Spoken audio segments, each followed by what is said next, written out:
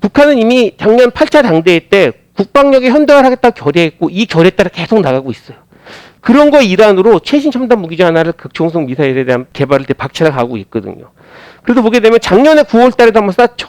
이번 달 5일에도 쐈어요. 근데 우리나라 국방부는 뭐라고 그랬냐면 원볼령 탄두로는 극초음속 운석이 나올 수 없다. 그러니까 그거는 그냥 북한이 뻥카 치는 거야 얘기했거든요. 그리고 우리나라 언론은 뭘 중심으로 얘기하냐? 우리나라 언론은 이걸 중심으로 얘기해요. 북한이 극초음속 미사일을 쐈는데 쏜 걸 가지고 얘기하는 것보다는 쏘자마자 협의를 미국이 우리나라보다는 일본과 먼저 했다. 이거 가지고 이슈를 산 거예요. 둘 다 말도 안 되는 내용이죠. 당연히 알다시피 지금 우리나라는 미국의 대중국 봉쇄에 참여하지 않고 있어요. 약간 중립적으로.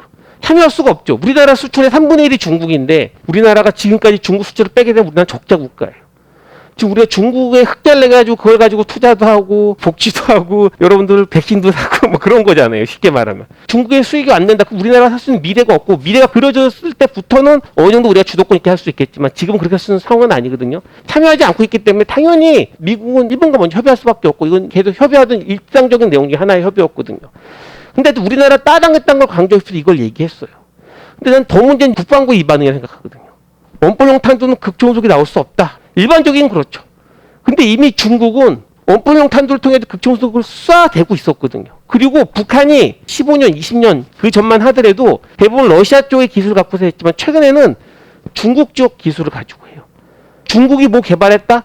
그럼 북한이 6개월 이내에 똑같은 걸 개발합니다. 따라 붙어요. 그럼 당연히 가능성이 있는 거죠. 근데 이런 반응했다 자체가 말이 안 되는 거죠. 이게 말이 안 된다는 걸 어떻게 확실히 알았냐? 11일 한 번 더 쐈어. 그러니까 이따 우리나라 막 북한을 막 무시하듯이 얘기했거든요. 뻥까야 뻥까면 그걸 무시했더니 11일 날 마5가 아니라 마7까지 쏴버렸습니다. 찍소리 못하는 거지 이제 우리나라가. 놀라운 속도로 발전하고 있거든요. 이건 세계적인 기술이에요. 왜냐하면 미국도 개발은 옛날에 끝냈지만 최근 2, 3년 동안 극초음속 미사일을 성공한 적이 한 번도 없어요. 실험 발사에서.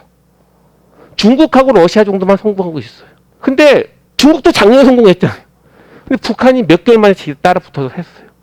제 생각은 이거인 것 같아요. 무슨 말이냐면은 북한이 쏠 때마다 어디까지 수주로 됐다고 말하는 게 아니라 개발이 어떤 흐름이 되는지 봐야 되거든요. 이번에는 궤도를 보는 것이고 다 다른 목표를 가지고 있는 건데 마치 우리나라는 완벽한 성공을 하지 않으면 평가 절하한 특성을 가지고 있었어요. 그렇게 하면 안 된다라는 거죠. 최소한 안보 쪽 하는 만큼은 좀 더 그걸 분석적으로 볼 필요는 있을 것이다 라는 거는 알 필요가 있겠죠.